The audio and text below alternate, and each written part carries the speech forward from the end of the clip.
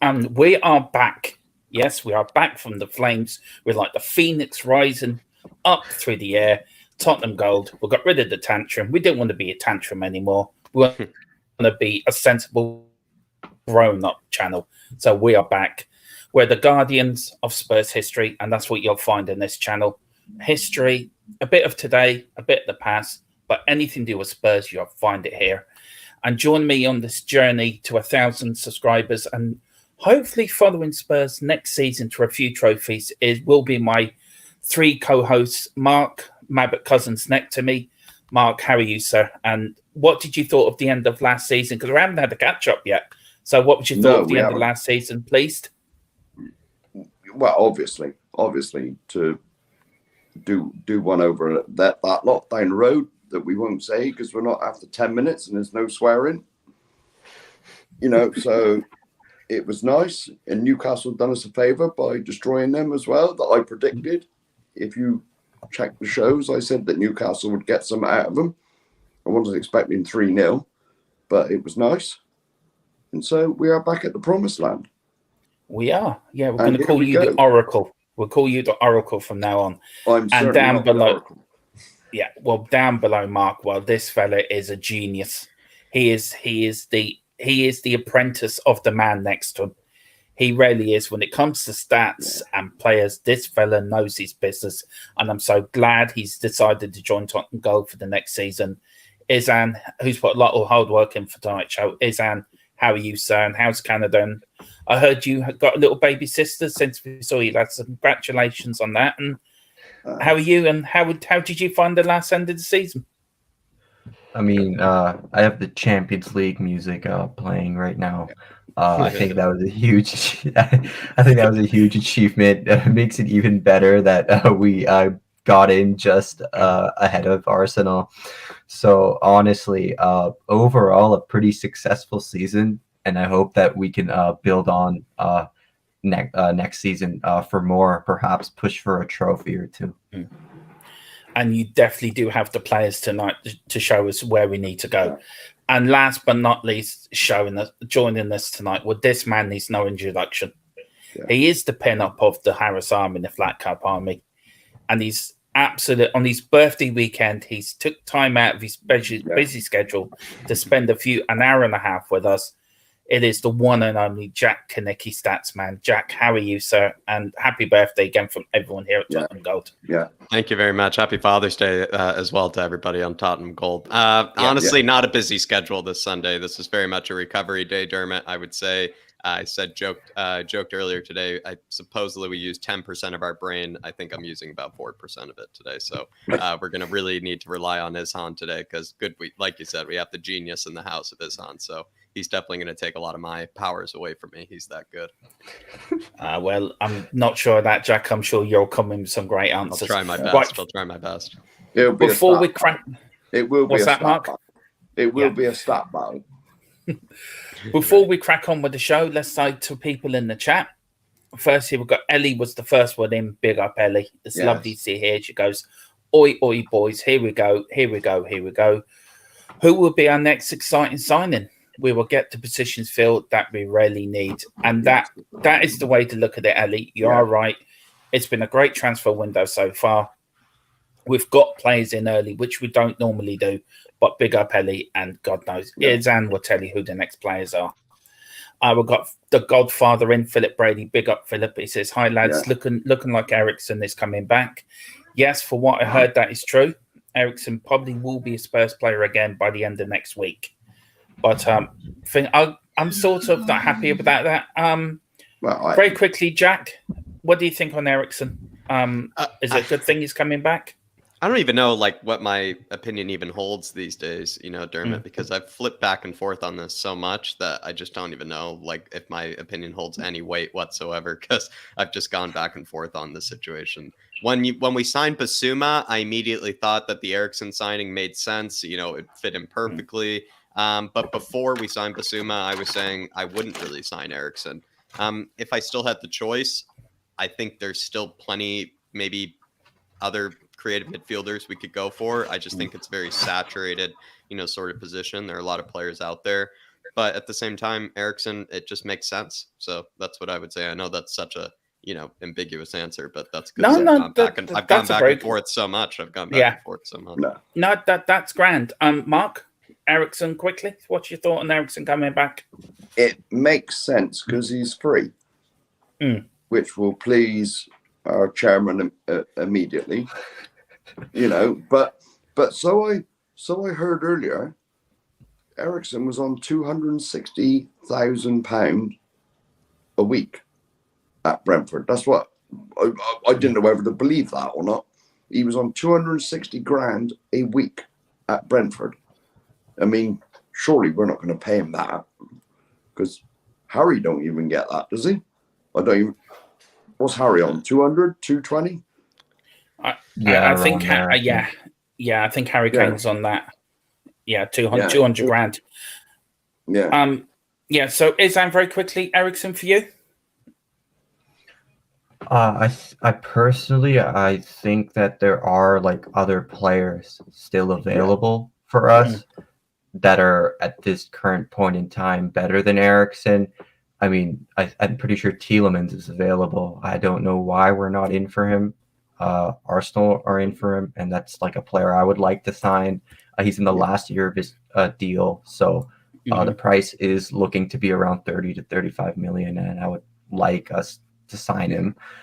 But like, here's the thing: is he's a free transfer. He adds depth to the squad. So if it's not possible for us to get anyone in, I would take him, but he wouldn't be my first choice. I think that just we will go. I think that sums up what everyone's thinking. That there are better players about.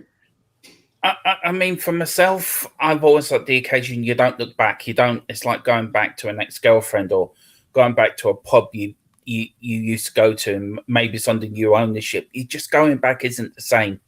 And maybe with all the hassle he was in before he left to go to Inter Milan, did he down tools? Didn't he down tools? His performance did drop.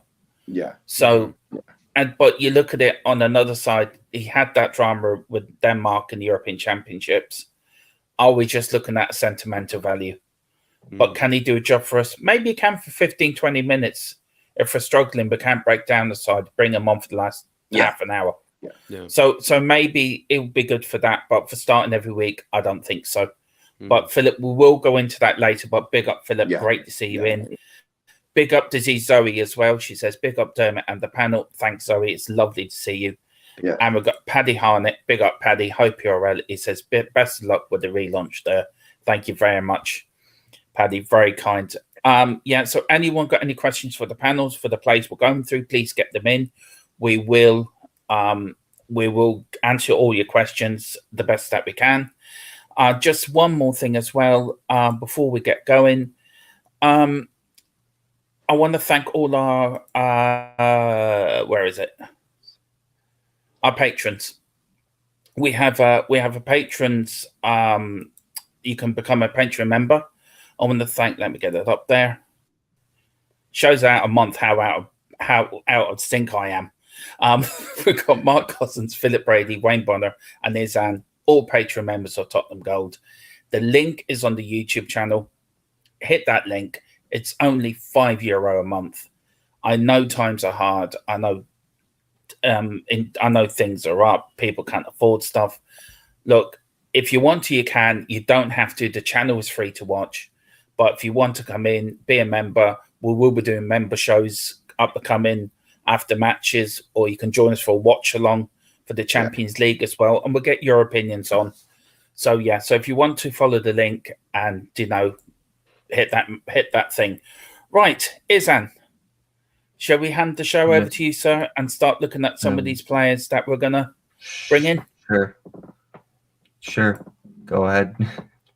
Right. And let you put you at the top there. So who we're going to start off with first there, Izhan, now?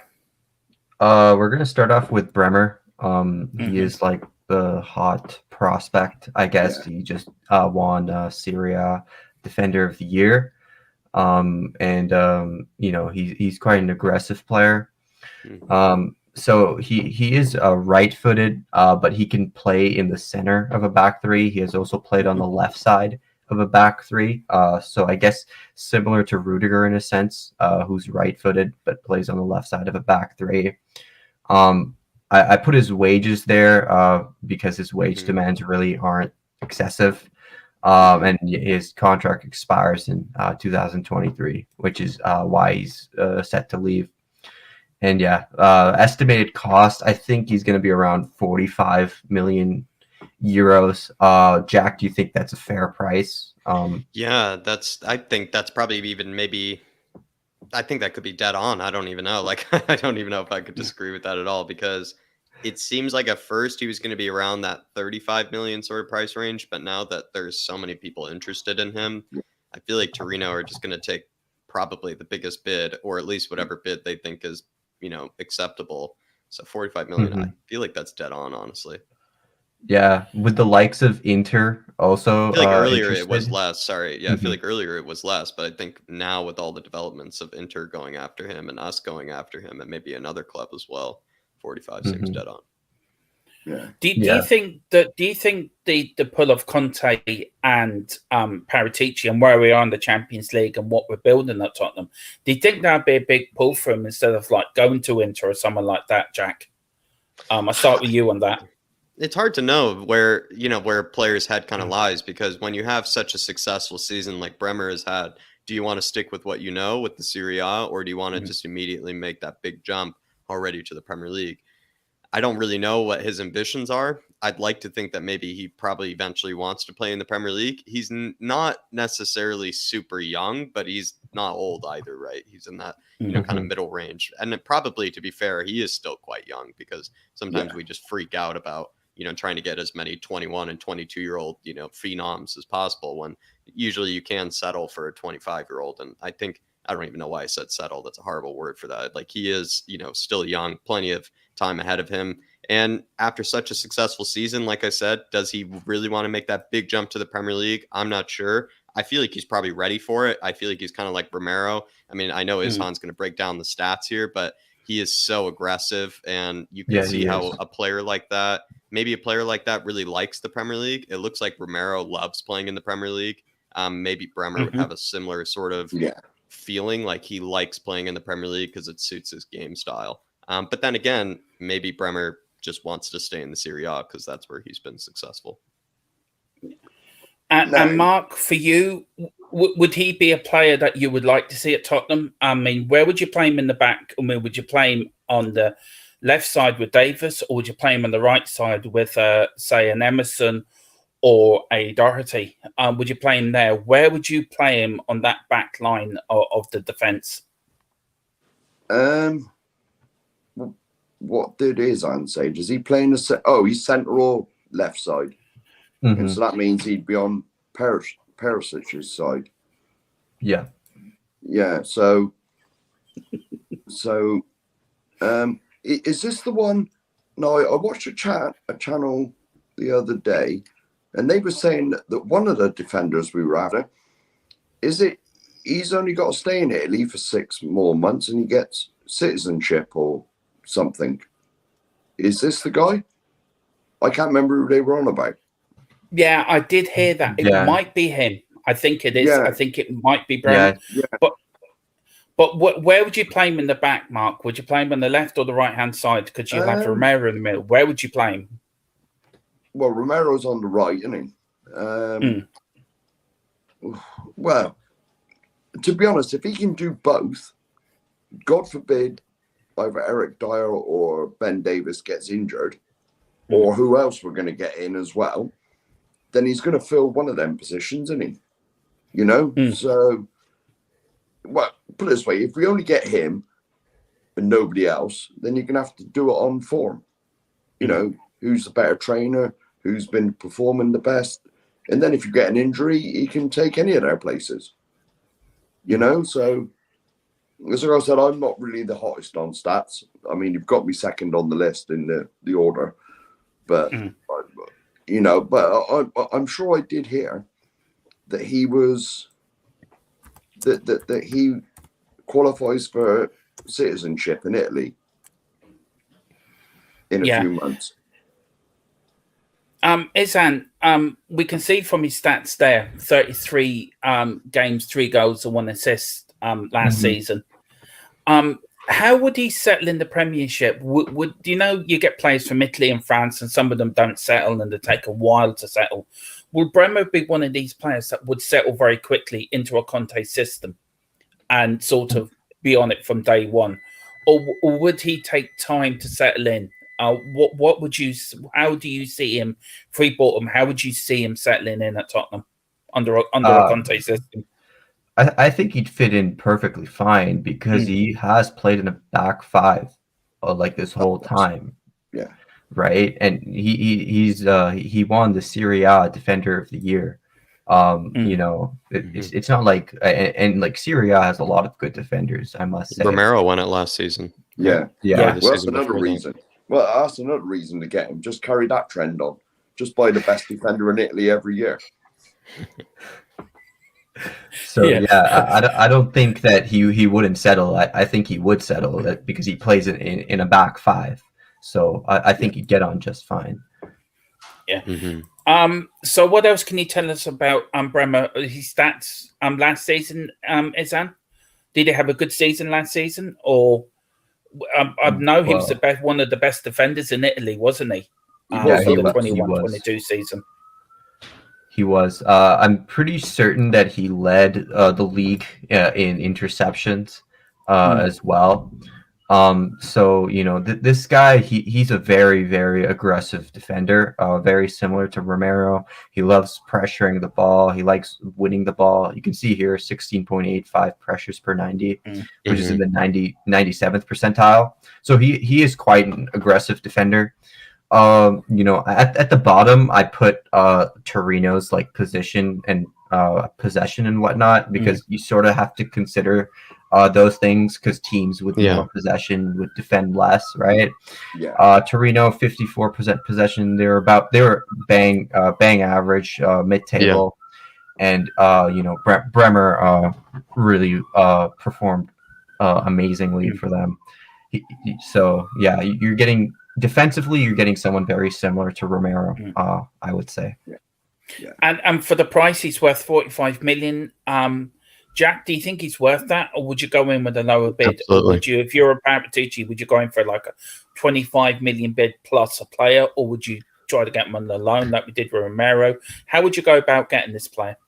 I feel like he's absolutely worth 45 million. It feels like these sort of aggressive, you know, extremely physical sort of center backs are maybe becoming a bit more rare nowadays. I would argue it feels like the majority of center backs are starting to be more in that sort of Pau Torres mold, which I think is really good on the ball, really exceptional in possession, but maybe aren't as aggressive, aren't as physical, aren't as, you know, just kind of robust as maybe other defenders are. And I feel like that's why Bremer and Romero are so well loved in the Premier League, is because they kind of bring that old school sort of defending back into the game. And to be fair, that sort of old school defending, I mean, Izhan might agree with me here. I feel like it's sort of, I don't know if it's falling away, but, you know, it's just not as, you know, necessary anymore. So I feel like those sort of players are kind of falling to the wayside a bit, you know, the really aggressive defenders. And so the ones that do make it into 11, the ones that are winning, you know, Serie A, you know, defender of the year, if they are an aggressive defender, you'd have to think then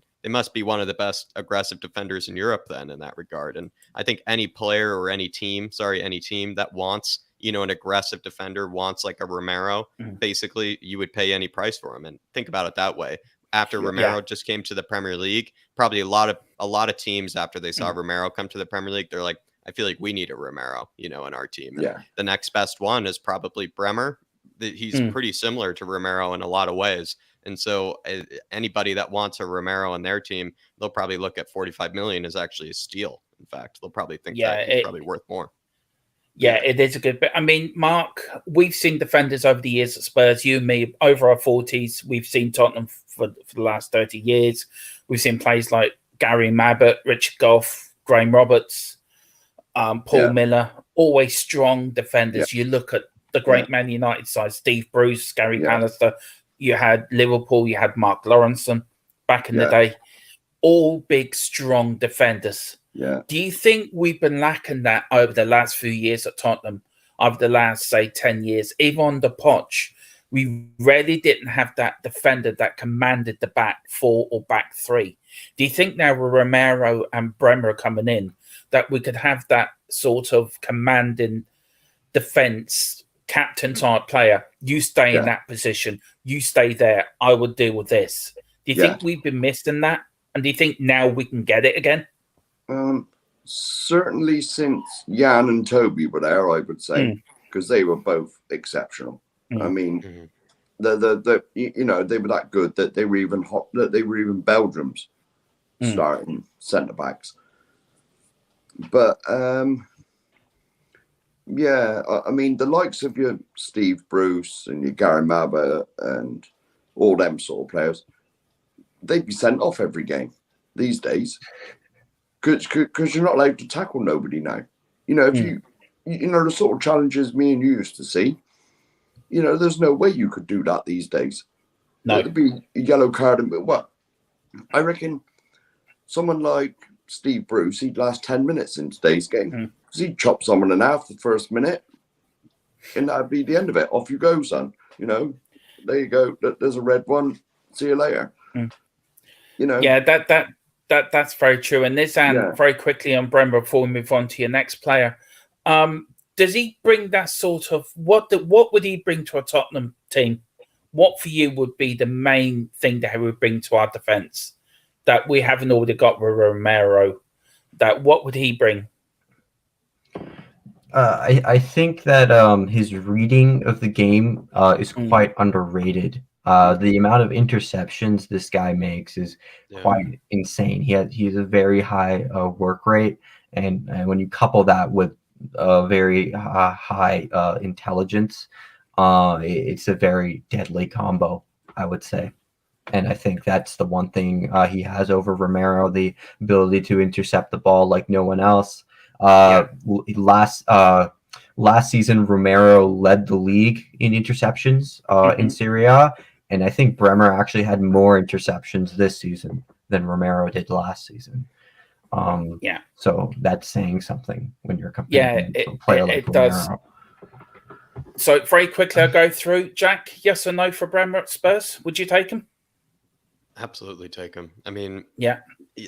I talk a lot about, you know, as much as we are trying to find a Ben Davies upgrade and sort of replacement, eventually you're going to need to find an Eric Dyer upgrade / replacement, or at least somebody to compete with Eric Dyer. I think the big issue right now is, I know we praise Eric Dyer a lot for his leadership skills and whatnot. And, you know, I think that is something that probably I don't give enough credit to, I'll be honest. But I will say, I feel like Eric Dyer doesn't really have any competition in his position, similar to how Ben Davies doesn't have competition in his position. So I would like to sign Bremer just because it would offer you something a bit different than what Dyer does. The weird thing about Bremer, and I, you know, it's not my show, Dermot, but I do want to ask Izhan on this. Bremer, he's so aggressive, whereas Eric Dyer plays a very withdrawn, you know, kind of unaggressive role. Do you think then he would play the same way in our Spurs team as Han? Do you think he would just play his game and maybe Conte would be okay with that? Do you think he would tell Bremer to play a bit less aggressively? Because he plays in the middle of the back three, but he's the aggressive one in the middle of the back three, whereas Romero is the aggressive one in ours, but he plays on the right side. Yeah, I think Romero did play in the center of a back three last season in Atalanta. So having a very, you know, generally the center back in the middle, they're more withdrawn. They are like Dyer. They like sweeping up behind their teammates. But you know, it's pretty obvious that you can't have a very aggressive defender in the middle. I mean, we saw that with Atalanta last season. If they're good enough, you know, their play style, they'll make it work. So yeah, I don't have any concerns with Bremer playing in the middle of a back three. Yeah. And Mark, for you, would you go for Bremer? Yes or no? Definitely, but just one question to Izhan. Now, we all seen last season when we was attacking, like Ben Davies suddenly appear in the box. Does Bremer do that? Does he get up in the box like Ben Davies? When he plays on the left side of the back three, he does tend to make some runs forward. not to the extent of like someone like Rudiger, but he does get forward. I did want to mention that his progressive carries and progressive passes numbers weren't too great. That could be due to Torino's play style. But he's not someone like a Pau Torres who's just exceptional on the ball. His job and role is to win the ball rather than play the ball. That makes sense. Yeah. It does. Well, that I'll tell you one thing. For me, I'm sold on Bremer. Always have been. I think it'd be a great asset at Tottenham. Yes. And fantastic. So come on, Paratici, you paid 45 million. Let's get him in now before the start of the season. Right, Izhan, who do we have next on your hit list? We have Pau Torres. Is a player I like quite a lot. Europa League champion with Villarreal. He's left-footed. He plays on the left side in a back four, not a back five like Bremer. 25 years old. He's quite tall, 191 centimeters, 75 grand a week. His wage demands likely aren't anything excessive. If he were to sign for us, contract expires in 2024, and he has a release clause for about 65 million euros. I think. I don't see anyone paying that. I think 50 million euros is a more accurate fee. Would you agree with that, Jack? Yeah, I could see this one being probably pretty accurate. Maybe it's something like 55. Yeah, 50 to 55 can make sense. I didn't even know about the release clause, to be fair, and that does bring a lot of good context, to that kind of estimated price that you just gave there. So, yeah, 50 to 55, maybe that could make sense. Yeah. Well, if he plays on the left then, and Bremer plays in the middle, just get them both. Yeah, there is that sort of argument, Mark. Just get them both. I'm done with it. A lot of people have thought that we should still get two center backs regardless. Yeah. So you're probably it's not our money, is it? Is it? It's certainly. Well, if it was our money, we'd be spending it. So I'm just putting the cable into the laptop because it was running out of juice. So. Sorry about that. Right, Izhan, with Torres now, his contract expires in 24. His estimate, he said, cost was 50 million plus probably a get out clause for 65 million. Would he be a player that we should look out and try? I mean, a lot of these players are playing down the contracts at the moment to either get a free move. Do you think he would stay at Valencia for another year and try to get a free move? Or do you think, if we paid the right money, he will come now? I mean, could this be a signing we could get realistically? Or is this just we might get him or we might not get him? I think this is realistic at this point in time because last season he didn't move because he said this publicly that it was his dream to play with his boyhood club in the Champions League, and he wanted to live out that dream. He said, and he did also say that Villarreal did accept bids for him from multiple different clubs, but he talked with the president of the club, and he said that he wanted to live out his childhood dream before making his move. So that's quite commendable in my opinion. And since now we have Champions League football, he has expressed a desire to play in the Champions League. I think this is a realistic signing at this point in time. I definitely think that he would be interested in signing for us. Mark, very quickly, and then I go to you, Jack, with the same question. I'll be interested very quickly. I want to big up Steve Sheja, who's actually, I think he's new in the chat, big up. And Ryan McFarland, my brother from up the north, big up, sir. It's been a long time since I've seen you in the chat, Ryan, so I hope you're doing well, sir. And I hope the weather's nice up there. If he's a left footer, would Conte try to play him as a left wing back? Or would you think he would, is he a left back? Is he or a left centre back? Sorry. Yeah, he's mainly a left center back. I don't think he has like the pace really to play as a left wing back. Yeah. But this guy, one thing I will say is he is elite on the ball, and that's something Conte would really appreciate, in my opinion. Conte last season in the Serie A, last season with Inter Milan when they won the league,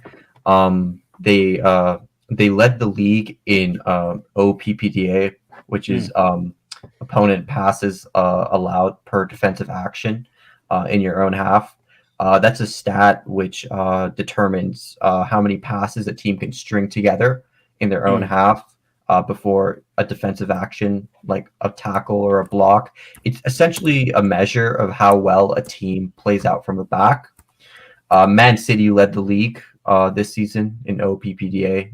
Liverpool were second. Those teams are really good playing out from the back. And I think Conte would want someone very good on the ball to help him play in his style, in his method. Yeah. So, Mark, with you, I mean, David's put in here this question. I should put to you first, Mark. David said he would prefer Torres to Nankita. I think that's pronounced it right. For you, do you think it's paramount that we get our defense sorted out with the right people in the right positions, Mark, for next season?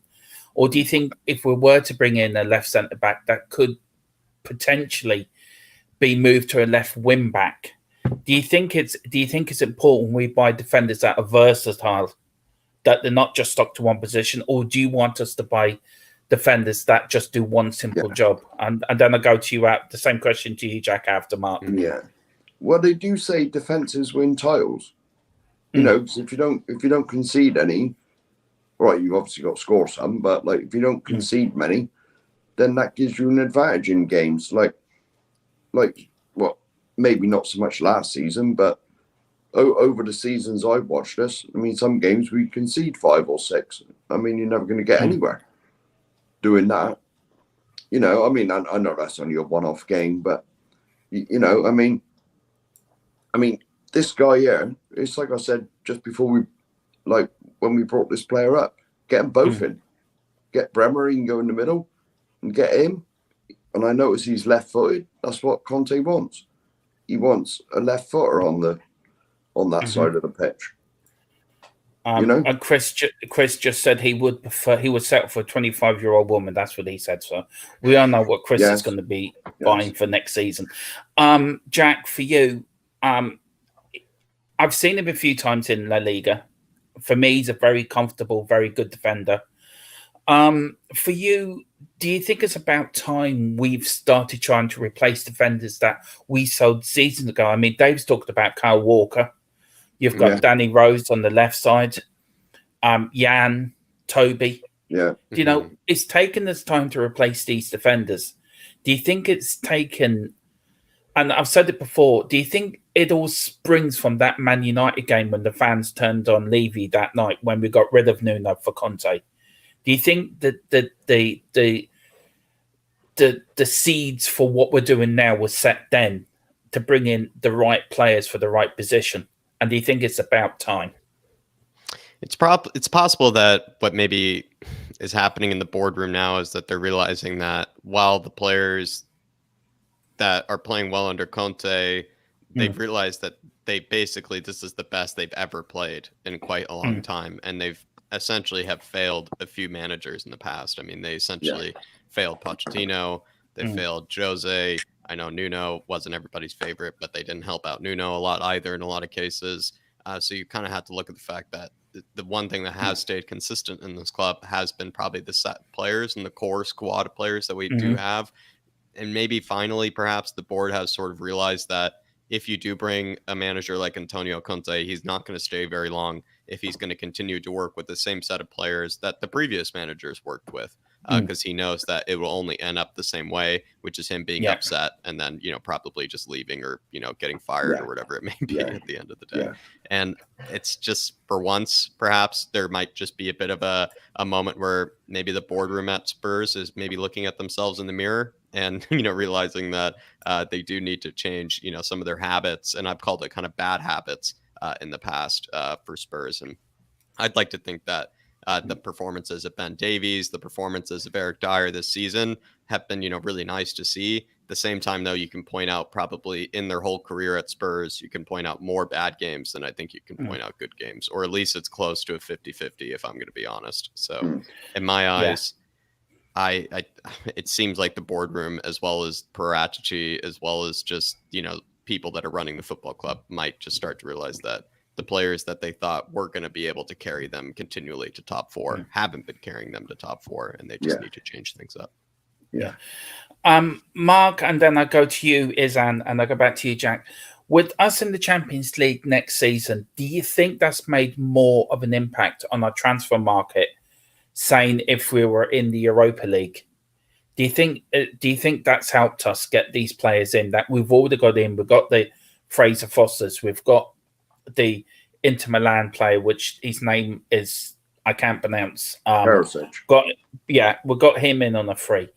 We got the boss, which I call him Basuma from Brighton. Yeah. Do you think these players would not have come if we weren't in the Champions League, or do you think with Conte and Paratici they would have come anyway? Where do you sort of lie in that? Because I've seen it on Twitter. Some fans saying they would have come anyway. Some fans saying they only come in because we've got Champions League. Which line do you fall under? I think obviously it helps having Tuesday and Wednesday night football. But as for buying them in the first place, I think Mr. Levy realises that if he doesn't do what Antonio wants, then Antonio will just walk away and say, see you later. You was going on about the Man United game when the fans was all out for Levy. He's brought Conte in and he realises you don't mess that man around, he'll just walk away. And then the fans will riot. Because we've probably got, well, in terms of name, the best manager we've had. I can't remember the last one that had the same sort of name as Mourinho. I would actually go back to Bill Nick. We haven't had a manager that's this successful in his prime since Bill Nick and Keith Birkinshaw. Potentially. Yeah. I know he hasn't done nothing, but if we don't win, well, no, I know we're coming on to this later, but if we don't win nothing next year, then we are cursed. I'm convinced of it. We've got some sort of hoodoo over us. I'll go and find a local hoodoo doctor and get it taken away. Yeah. Izhan, let's get back onto we'll leave the Levy to one side thing. I know what you're getting at, Mark, but I'd like to leave the Levy thing to one side. Mark, Izhan, with Torres now, for me, he's a very good footballer. For the price, it's a good value as well. What do you got? 33 games, 5 goals, 1 assist last season. I think also he finished 7th in the league with Villarreal. He had a 57 possession. And what's that? 62%. 62 goals Villarreal scored. Yeah. In the league. Do you think Torres will? Do you think he might be playing at left wing back, considering that's where sometimes our weaker position is? Bring him in to play him there, or where would you see him fitting into a Conte system? To be honest, I know Jack has mentioned this before, but I could even see him playing in the center of a back three, because generally you do have sort of your sweeper in the middle of the back three, and that's really the role that he plays at the Real, where he sweeps up behind his teammates. You can see he has a lot of ball recoveries. 8.92 ball recoveries per 90. It's in the 42nd percentile, but Villarreal do have quite a bit of possession, so they have less opportunity to make ball recoveries. And 6.12 pressures per 90. I think pressures is a really misinterpreted stat. Having more pressures or having less pressures doesn't make you better or worse. In my opinion, pressures is a good indicator of the style of play.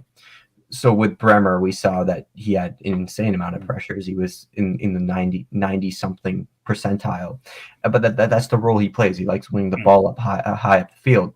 With Pau Torres, you have much fewer pressures, but that's his role. He doesn't pressure the ball. He sweeps up behind his teammates. There's nothing wrong with that.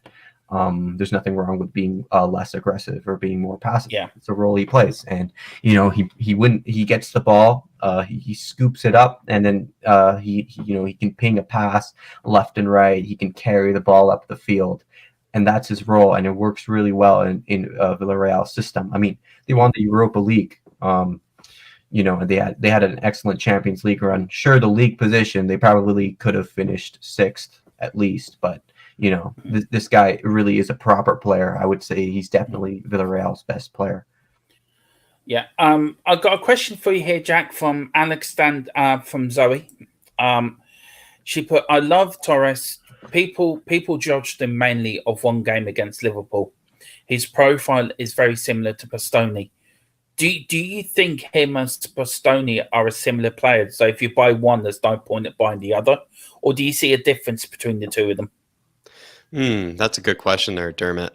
Zoe, she is honestly a huge fan of Pau Torres, and Zoe does know what she's talking about. Zoe knows what she's talking about as well, so definitely have to always take that seriously. In the case of Pau Torres, I feel like I agree with her that there's kind of this unnecessary / unneeded sort of criticism towards Pau Torres. He seems weirdly a very divisive sort of center back, and I don't really know how much wrong he's really done, in a lot of games to really deserve, how divisive of a center back he is. I'm not saying he's the best of the options. I'm not saying he's world class or anything that, you can't criticize him, but there's been some criticisms of him that do seem, a bit harsh, I would argue. Yeah. And a lot of very smart people do really rate this guy very highly, and I think that's for good reason. And obviously, as maybe fans of the Premier League, we really do get only exposed to certain games, and whether that player impresses us in that game is basically dependent on what our review of the person will be.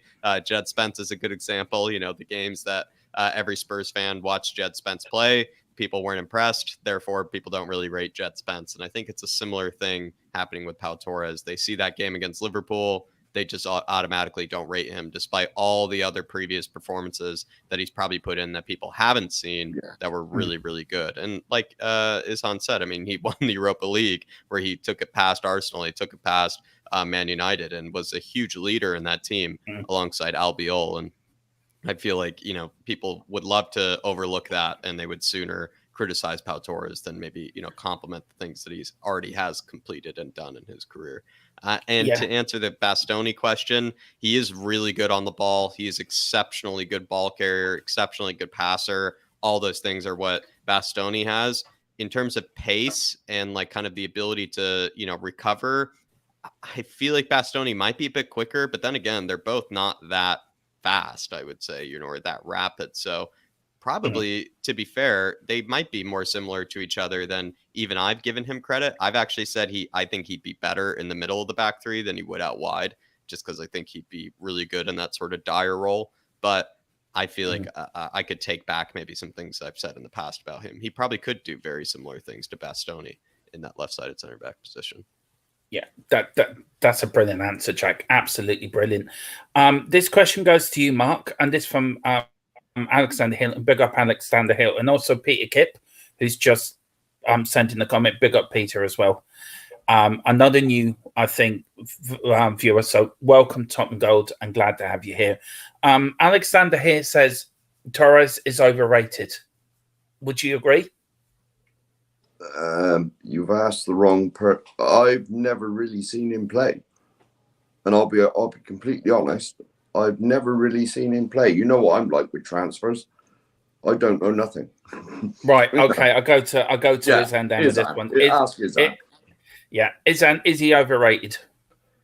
I would say no. I think I agree with Jack, where people just saw the one game against Liverpool and they didn't really see anything else, and they just came to these like sort of conclusions. Like one thing you have to consider, right? He plays for Villarreal. I mean, Villarreal's town population is less than the seating capacity at the Tottenham Hotspur Stadium. So like it's not like this massive club. People sort of think they're sort of like a Valencia or a Sevilla. They're not that. For the past like couple seasons, they really have been overperforming, and as a team, right? They're not like super exceptional.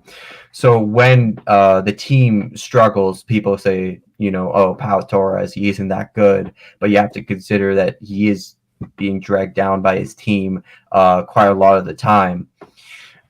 So do I think he's overrated? No, I don't think he's overrated. I think a lot of the criticism he gets, in a sense, makes him underrated. A lot of people think he can't really defend because he's not the type of guy to really win the ball. That's not his role. That's not his job. That's not what he does. So people say he can't defend. What he is good at, he's good at marking players. He's good at sweeping up the ball, and that's his role. It's not being super aggressive and winning the ball. So I think that's why people say he's overrated. But I would disagree with that. I mean, I'm going back now 20 years, what I'm going to say, but like you had a Mateus who played for Germany or West Germany and then Germany. Mm-hmm. He was that type of Beckenbauer type sweeper player that would sit in the back, that would sweep behind the defenders. And I feel Torres is in that same of ilk. It would sit there, just pick up the loose balls and just spray the passes out. And if we can get him, I think that's also what we've been lacking. Our defenders love to attack, but we need to get defenders who can just sit back and just clean up the mess, sort of thing. Yeah. And I think if we can get him in and have him like a Mateus, I mean, Lotus Mateus was brilliant when he played for Germany and West Germany back in the 90s. He also played in Italy, playing in that sweeper role. Beckenbauer, one of the greatest German defenders ever to live, himself did the same thing. Yeah. So I think getting Torres in, I think it'd be a great buy for us. I really do. Yeah. I really do. And I see Dave, big up Dave for the Irish Hotspur. Please, everyone get over there and support Jack and Dave. I have got the link in. I will put the link in for their show at the end of the show. And Jack, if you can put the link in for Flat Cup Euro Talk as well, I'll put that in at the end of the show as well for you. He says, get me Bremer, Serie A Defender of the Year. Yeah. I'll start with you, Mark, and then I'll go to you, Jack, and you, Izhan. Would you buy all three, Mark? Would you just say, right, go out, get me a Bremer, get me a Bastoni, and get me a Torres, and then you've got, probably one of the, with Romero, you've got one of the best defense in the league?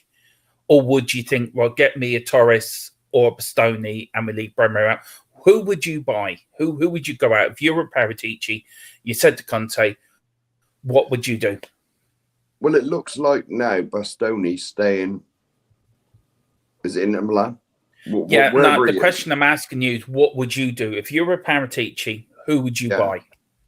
If you had the money, would you get all the defenders, or would you leave one out and get the other three?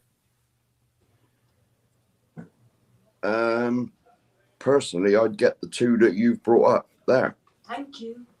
Personally, I'd get the two that you've brought up because it's like I said, it looks like Bastoni staying wherever he is. I think, is it Inter Milan or wherever he is? Yeah, it is Milan. Yeah. So because he's a big Inter Milan fan, and he Bastoni. And I think he wants to. Was it his agent come out and said he's staying? Yeah, I think so. I think it was his agent. I think is he the one that's opened the restaurant? No, that's Lautaro Martinez that opened a restaurant in Milan. Oh, that's he's Martinez. The one. Yeah, sorry. He's the one. He's the one that's. Is he the one that's getting citizenship? Is he the one? Bremer is the one getting Italian citizenship. Oh, he's the one. Bremer is. Yeah. Okay. Yeah. So your answer is you would buy Bremer and Torres and Bastoni sitting there. Yeah. Izhan, same question to you, man. if you're a Paratici, would you buy 3 of them, or would you buy the 2 like Mark, just the Torres and the Bremer? Who would you go for? If I had to pick one, I'd probably go for Pau Torres. I've been really big on him. In an ideal world, obviously Bastoni would come in, but it's not happening. It looks like. So most likely, I would go sign Bremer and then sign Pau Torres, just like Mark said. I mean, you have 2 top class defenders. Pair them with Romero, and probably have one of the best defenses in world football, let alone the Premier League. Yeah, and Jack, before we move on to our next player, if you're a Paratici or Conte and you got the money to spend, would you buy a Torres and a Bremer and a Bernardoni? Well, we know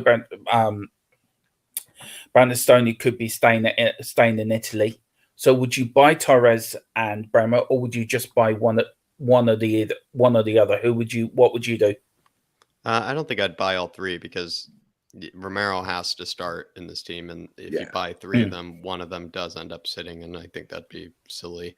But could you not play 5 at the back? Well, with 5 at the back, Dermot, you have 3 center backs and then 2 wing backs, right? Yeah. So if you bought 3 new center backs, means you have, one of them has to sit because either Romero sits or one of the new. Oh yeah. Sorry, yeah. And then in the case of Bastoni, I probably still go for Bastoni. Mostly that has to do with the fact that just Conte has worked with him before, and I just see like that just probably, being a better way maybe for Conte to be happy. I know that's a really lame answer, because no. It's sort of, that sort of element where I feel like I don't have as much of a strong opinion between Bastoni and Pau Torres, because I kind of agree with Izhan where the Pau Torres kind of hate is just really over the top at times, and almost kind of makes me want us to go after him, maybe almost to prove people wrong, perhaps, like about Pau Torres. But Bastoni is just somebody who is exceptional. He's also still really, really young, even though Pau Torres is also young. And he's just worked with Conte before in Conte's system in that left-sided center back position of a back 3. It just probably be more comfortable maybe for Bastoni than maybe it would be for Pau Torres. And then I'd actually go for Bremer. I think I'd go for, or maybe I think I'd actually go for Pau Torres and Bastoni. I think I'd go for Pau Torres and Bastoni if I could, but that's unrealistic. Yeah, and I've just shown to everyone on YouTube why I'm not a stats person and I'm not can do formation. I mean, if that was left to me, I would probably have a striker playing as a centre back and a left wing back. I'd watch out for your career mode, Dermot. One of those players that you would have bought, would be out in January. He wouldn't be happy, with how few games. Well, let's put it this way: I've already got my list. Winks, Dyer's going, Sanchez is going. They're all going. But that's something like to come up with. I won't like that. Hot stuff. I'm looking forward to that. We've got Chico Floor. Just got his comment up here. Big up. Thank you for the comment. He says Alfie Devine scored the goal for the England under 19s tonight. Yeah, so big up. It's European Championships, isn't it, for them? Yeah.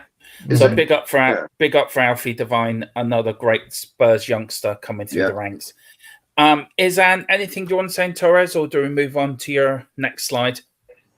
I just wanted to mention that there is a possibility that we can do a swap deal for Lo Celso, because he is on loan at Villarreal. Yeah, you haven't even. Oh, is that for Torres?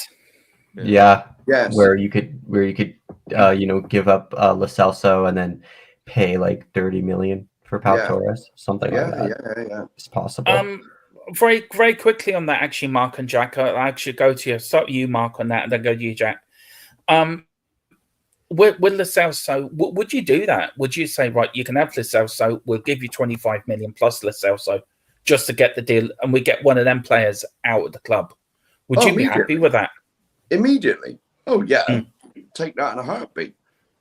Without a shadow of a doubt. Yeah, because he's at the same. Is that this Torres bloke? Is he at the same side that the Celso went to? Loan to. Yeah, it's a no-brainer. Yeah. It's a no-brainer. Just get him out. You obviously don't want a beer, or he don't fit in, or he's had chances. He's done nothing. And very quickly, Jack, on Lo Celso and him going playing at Villarreal. I mean, he got to a Champions League semi-final last year with them, the first time they've got that far in the Champions League. Do you think the Spanish league suits him more, and that would be more of a sensible transfer to do? Just like we want Torres, we'll give you Lo Celso and 25 million. Do you think that'd be a sensible transfer for all parties? For all parties, sure. Yeah, it is a sensible transfers for all parties. For Gio Lo Celso, I think especially, I think he does want that La Liga move more than anything. I think he's absolutely destined for La Liga, no other league, and it's probably where he's best thrives. I'll be honest. I think Gio Lo Celso really fell flat on his face since coming to the Premier League, and I still don't really rate the guy at all. I'll be honest. Even if he does do well in La Liga, I still will have a lot of caveats and a lot of sort of kind of reluctance about maybe showing that guy any praise, because there are a lot of moments when I questioned even his ability as a footballer in certain moments. So I would say whatever we can do to get him out the door, especially if that were to be some sort of swap deal for a player that we're interested in, like a Pau Torres. I mean, you would eat that up. You take that any day of the week, but it doesn't always have to be for just Pau Torres. Perhaps there's another player out there that maybe we can do a swap deal with. Who knows? Like if we wanted to get, I guess you couldn't say Sociedad because, they take particular type of players, but you could do other swap deals. Like if you wanted like Soler from, Valencia or something like that, maybe do a swap deal there. Who knows? Yeah. You can do lots of swap deals with Lo Celso. I think personally with Lo Celso, I don't think the Premier League suited him. I think it's too quick for his type of player. And I don't think he was ever good enough for us anyway. That's another bad signing we've made. It also just seems, but I think a huge part of it is that with Lo Celso, perhaps he is a good player, but he clearly showed that he didn't like playing in the Premier League, and he also showed that he didn't like playing for Spurs, and that affected his performances, and that affected probably my understanding of how good Lo Celso actually is. Because when he plays for Villarreal, sure, he might look a lot better, but that's the confusing element. It's like, well, for Spurs, he almost intentionally, it looks like, plays poorly. So how do we really judge him? How do we really judge him as a footballer then? Because if he only plays well for the teams that he wants to play well for, I just don't really know what type of player that is then. Well, you mentioned Soler there, Jack, and Zoe, another great comment by Zoe. She says, Soler is class. He's also only got 1 year left in his contract. Could be a creative midfielder potentially to go for. Yeah. He wouldn't be totally a creative midfielder, like, don't get me wrong, but he could be something a bit more progressive than the likes of Højbjerg, Bissouma, etc. Like, he'd play a bit higher up, and he could play honestly in a 3-5-2. I could see him playing in a 3-5-2 and working really well in that.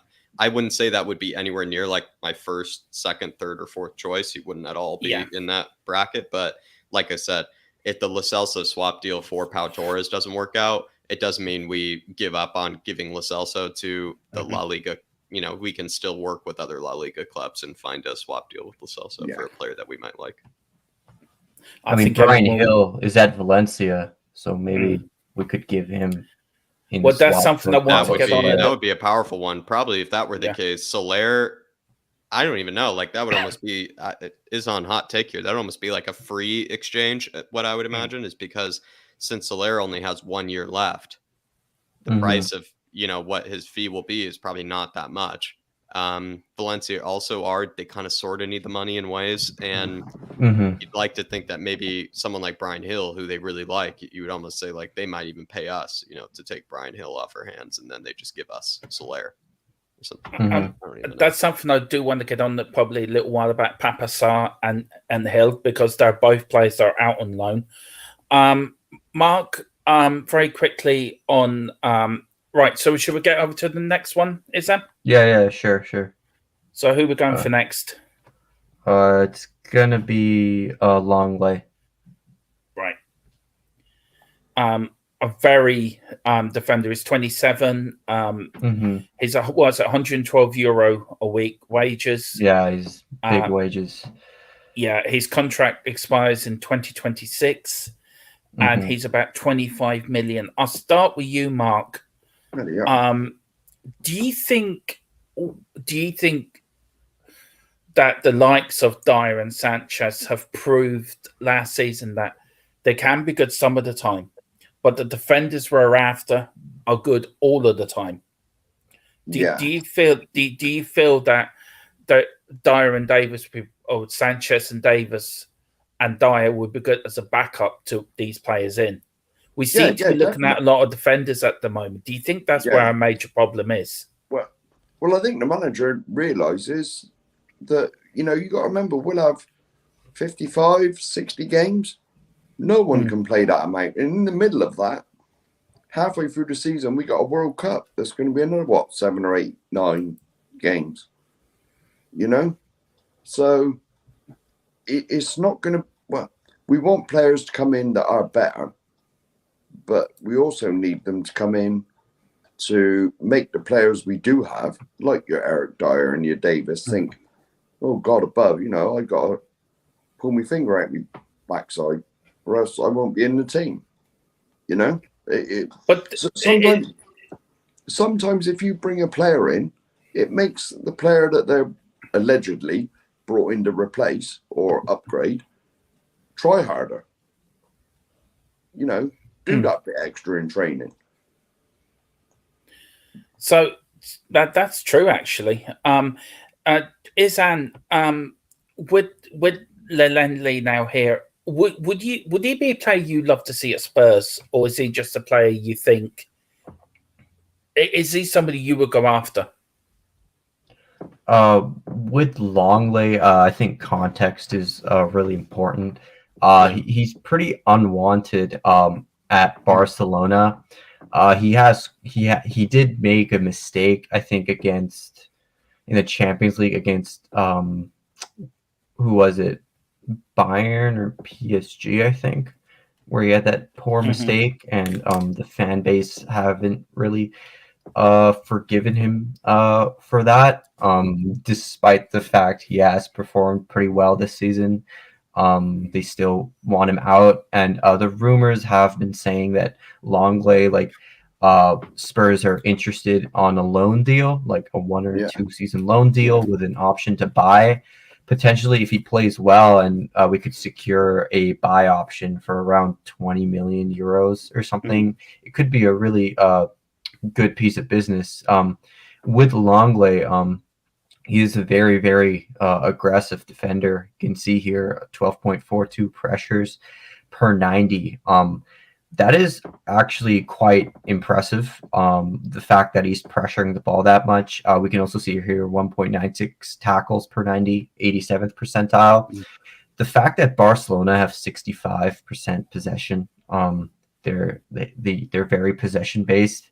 So he doesn't really have the opportunity that much to pressure the ball. The fact he's doing it so much and making so many tackles is quite impressive, actually. I think this season he has been quite good for Barcelona, but that it's, like when you give a dog a bad name, it sticks. I think he's sort of in that situation at Barcelona.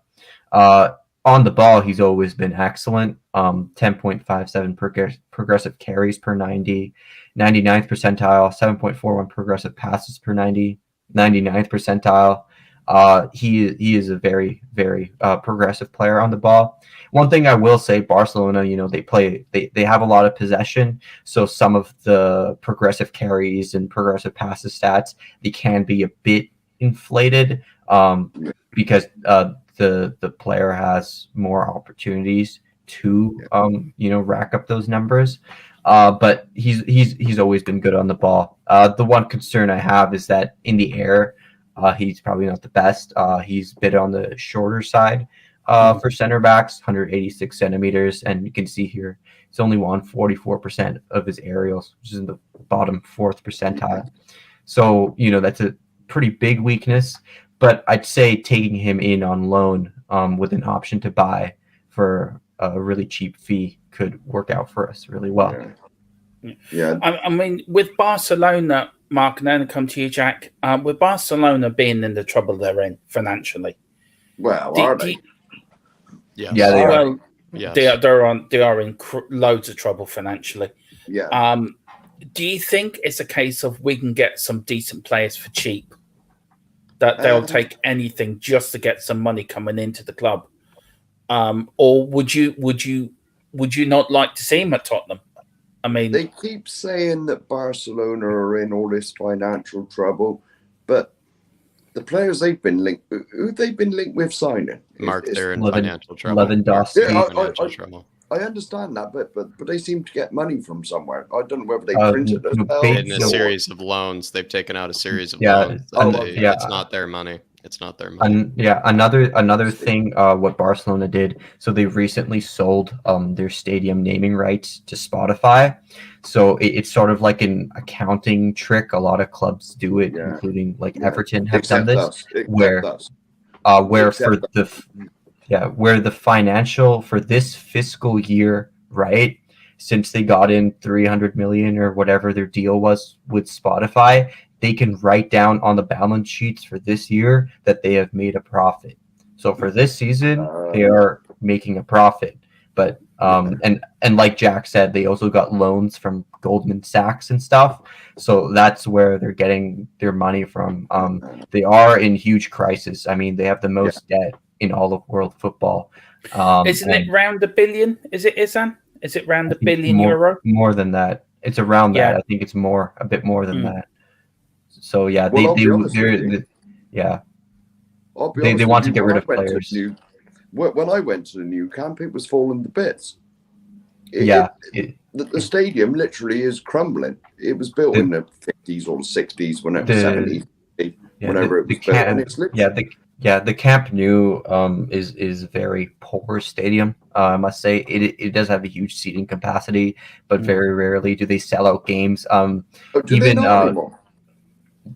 never did. Only like big games like the El Clasicos and whatnot do they sell out. Because many fans prefer. Like fans that live in Barcelona, they prefer not to go to the stadium because the facilities are poor and they feel the tickets are overpriced. So with Barcelona, they I believe they are spending money to revamp their stadium. A long overdue revamp of their stadium.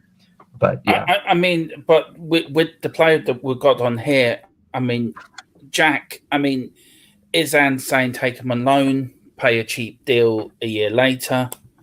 And with Barcelona, as we know, wanting money, would you put in a cheeky bid for him? Say, I mean, he's got in here estimates that cost €25 million. Would you put in the bid, say 10, 15 million?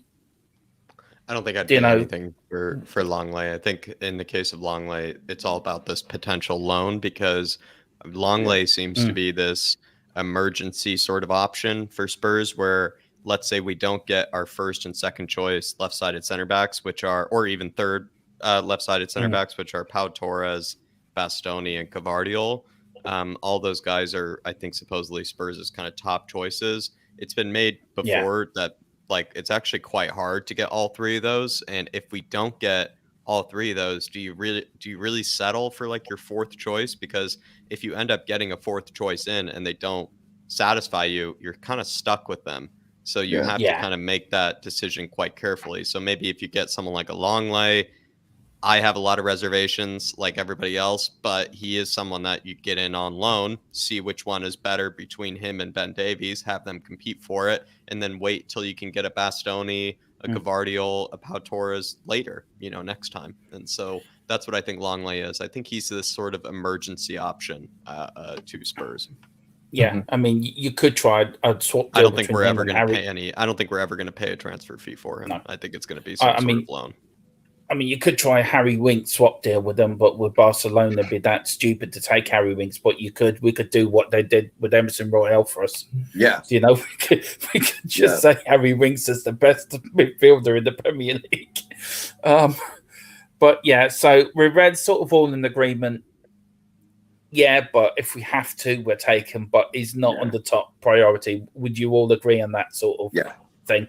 Yeah. I'd agree. I think if you brought him in on loan with an option to buy, let's say he performs like he did for Sevilla. I mean, at Sevilla, that guy was something else.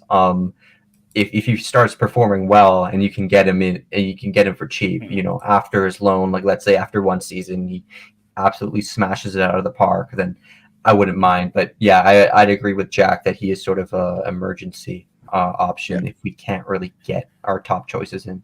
Yeah. Dave, big up again, Dave, for the comment. It says Spurs interest in David Rom or Raum, if that's how you pronounce it.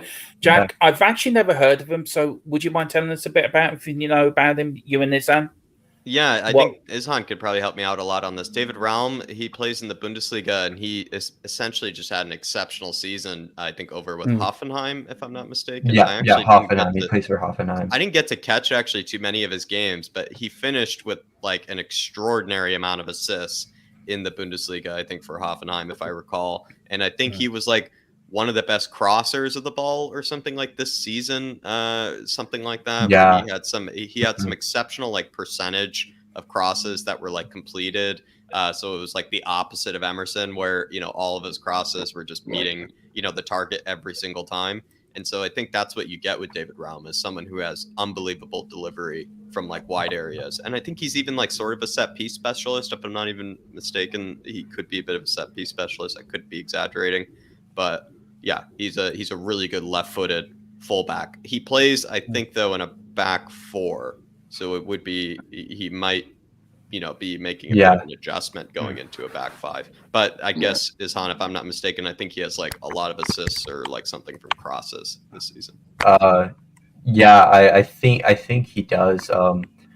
He has. Let me just check here. He does have it. He had 11 assists in the Bundesliga this season, which is pretty insane. That's close to Trent. That's close to Trent Alexander-Arnold. Yeah. I must admit, I don't watch a lot of Bundesliga, though you can get it in Ireland. It's something I will be doing next season, watching a lot of Bundesliga. For what I've seen, I mean, the Werder Bremen that played Rangers in the Conference League final. I mean, their fans were. I've never seen anything like it. They were just so immense. It was brilliant. Yeah. So it's something I will be looking at. But big up, David. Thank you for the comment. And thanks again for all the support you and Jack show this channel. It's really appreciated. Right, we've got here. We're going to go for probably go to about 9:30, if that's okay with everyone, because I know Sunday evening, Jack, your thing is gone. So we'll go for another 15 minutes. We will be doing a part 2 to this transfer show next Sunday. So what I'm going to do, if it's okay with you, Izhan, we're going to leave what we got on the screen to next week. Sure. There's a few questions I want to get through to the panel and actually ask the comments as well about a few players that should be going. So if we take that off, we will be coming. We're doing a part 2 to this next Sunday. So it's really looking forward to it. Very quickly, I want to start with this one. Emerson. Keep or sale? I'll start with you, Izhan. With Emerson, I don't know. I would say, since nobody is really in for him, you might have to just end up keeping him, or otherwise take massive losses. I'd say keep. You know, he wouldn't be my first choice as a right wing back. You know, I think we do need to bring in a more attacking option. You can have Emerson as a defensive option. You know, the last few games of the season, he started to perform. Hopefully next season he can build on that. I think we are, in a sense, sort of stuck with him, but I don't think that he's a 2 out of 10, 3 out of 10 player. I don't think he's like that bad. I don't think some of the criticism I do think is unwarranted.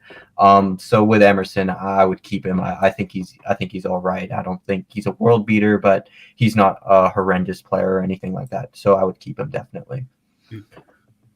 Yeah. Mark, yeah or nay? Now, would he be worth keeping? Like, say we play the top teams, like your Man Cities and your Liverpools, and you know they're going to have most of the ball, and they're going to be like all over us like a rash.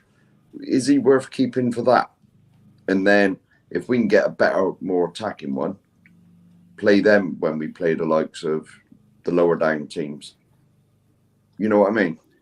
Yeah, I mean, personally, myself, I'm not Emerson's biggest fan. You all know that.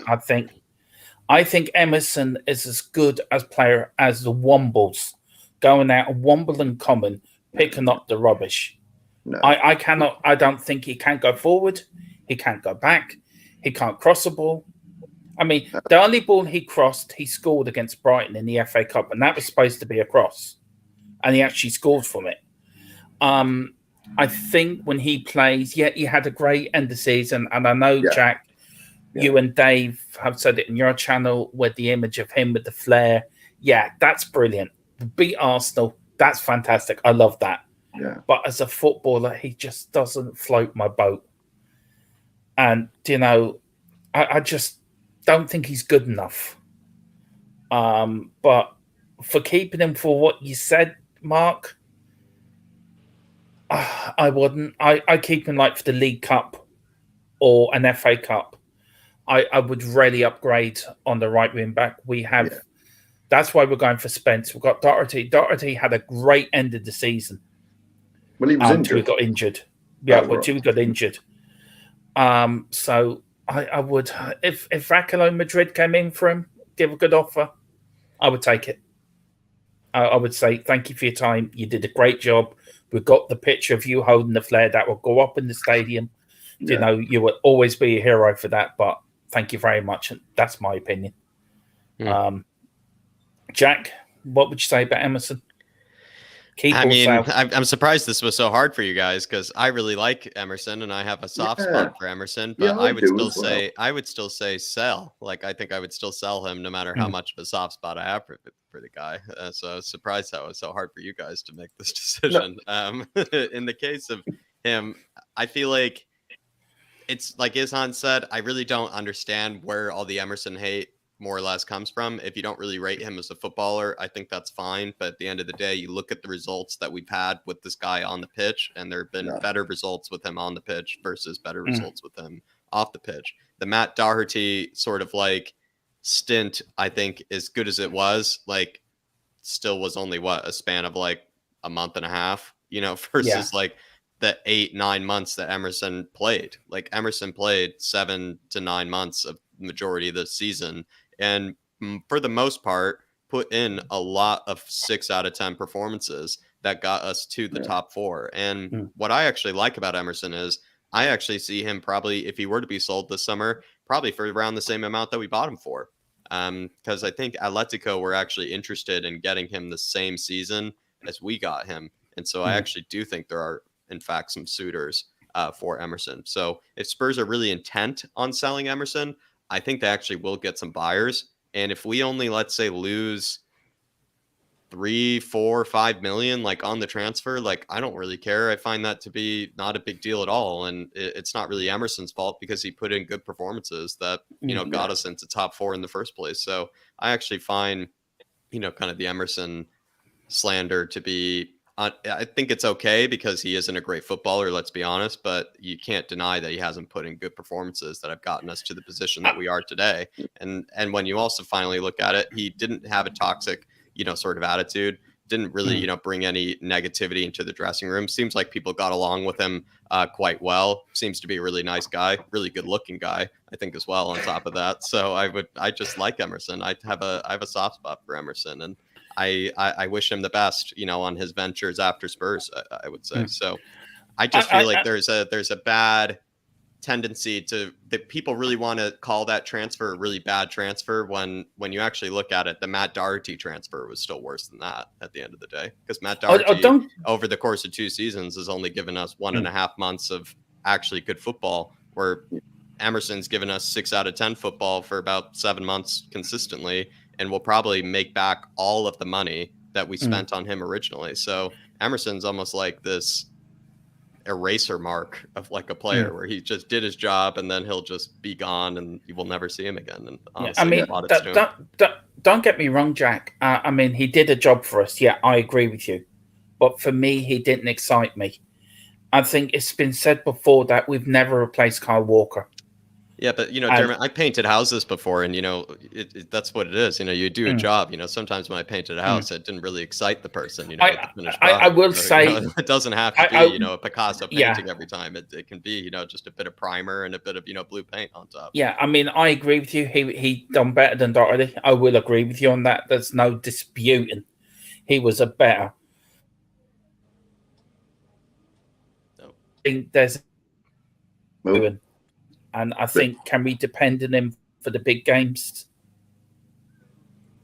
Probably for the League Cup. Believe me, for I'm the still League saying Cup. sell him. I'm still saying sell him. It's Yeah. just the whole like when he leaves, I'll be actually quite happy for him because he did everything that he could, you know, in the best of his ability for Spurs, and he more or less didn't probably lose us that much money because I reckon if Atletico buy him, they'll probably spend around 20 million euros. Yeah. And we spent, I believe, 23 million euros to buy the player in the first Yeah, place. so we sort of make our money back. You make your money back, and he got you top 4, and it's sort of that's fair enough. Almost like it's almost like we sent. It's like Emerson's almost like an invoice of some sort. Yeah. Like we just we paid for an invoice right back, and that's what he got us. Yeah. We've got a few comments here about Emerson. Actually, I think I must have opened up a can of worms or something. Yeah. But Ellie, big up Ellie. She says Emerson's Flair Hoden was epic. Yeah, it was. It was. You got to have that on everybody's Tottenham's house. Him holding up that Flair. Yeah. We got top 4, so he can't be that bad. So he has contribute, but there is better options out there. I must admit. Yeah. I agree with you, Ellie. I think we all agree in that one. Yeah. Chris is saying sell Emerson while he's on a high. I mean, that's a good comment. Zoe, big up Zoe. She says Emerson is a good right back, but not a win back. I sell if a good offer came in for him, but not loan. But loan if not. Yeah. That's another option. We could loan him as well. Yeah. And then Ellie again, saying he's a very handsome lad. He's better. Hang on. He's a very handsome lad. He's better focused than Aurea ever was. Right. But he's just not a Kyle Walker, so it's time for him to go.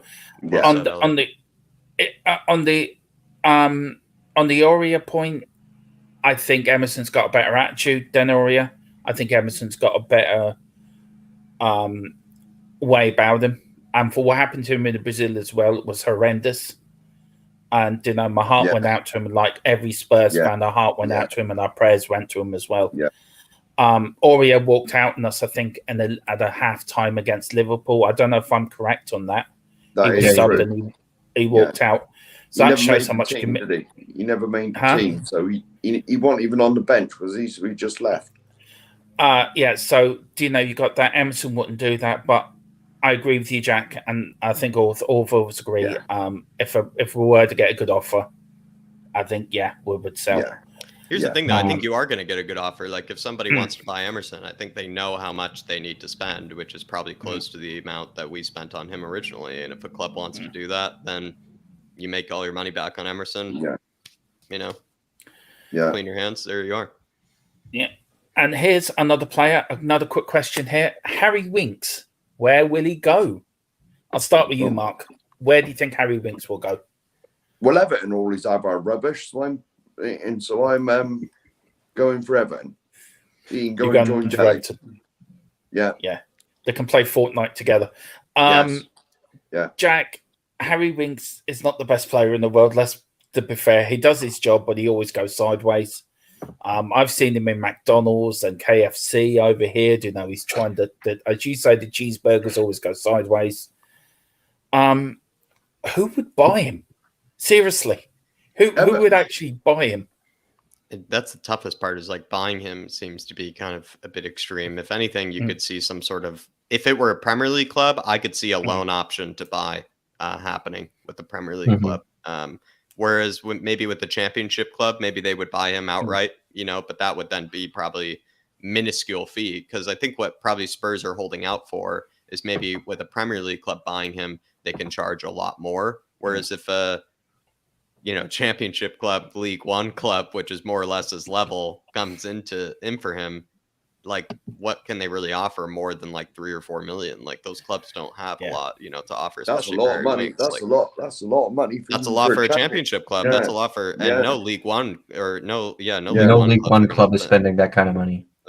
So what you kind of think about it, right, is that the only clubs available to him are Premier League clubs, and I know the Spanish rumors are out there, but I'll be surprised if like he were to go to like a major Spanish club of any kind. There were like Sevilla rumors, but I don't see that happening at all. I would see him more going to like a Levante or something like that in Yeah. La Liga. But then again, like a Levante is not going to pay whatever price we want for Harry Winks. So the toughest thing is that Harry Winks is one of those players that is sort of so bad that I genuinely don't really know what his actual price is that's actually fair to the player. I think the actual price that's fair to the player is way more than probably what most clubs would actually pay. He's probably worth around 3, 4, 5 million, but the clubs like Everton and, you know, Fulham in the Premier League, they're not going to pay 3, 4, 5 million for Harry Winks. You know, they would rather just go after something else. And the League One clubs are not going to pay 3, 4, 5 million because we said they don't even have that money in the first place. So he's in this weird like limbo of, you know, what level is he actually good enough for, and then how much he actually costs, because his wages are pretty high. You know, it's kind of a nightmare situation for Spurs. He also still has plenty of years on his contract. It's a nightmare. And the funny thing, though, I must say, is with Everton, if he were actually to go to Everton, it is quite hilarious that they would buy Dele Alli and Harry Winks all in the same window. That would be unbelievable. There is a rumor that Lampard likes him, and Lampard's looking for a loan, and they're looking to put that into the Richarlison. He apparently liked Dele Alli, and he hasn't played Dele Alli at all, and now he likes Harry Winks, and he's not going to play Harry Winks at all. It's quite funny what Lampard is doing over there.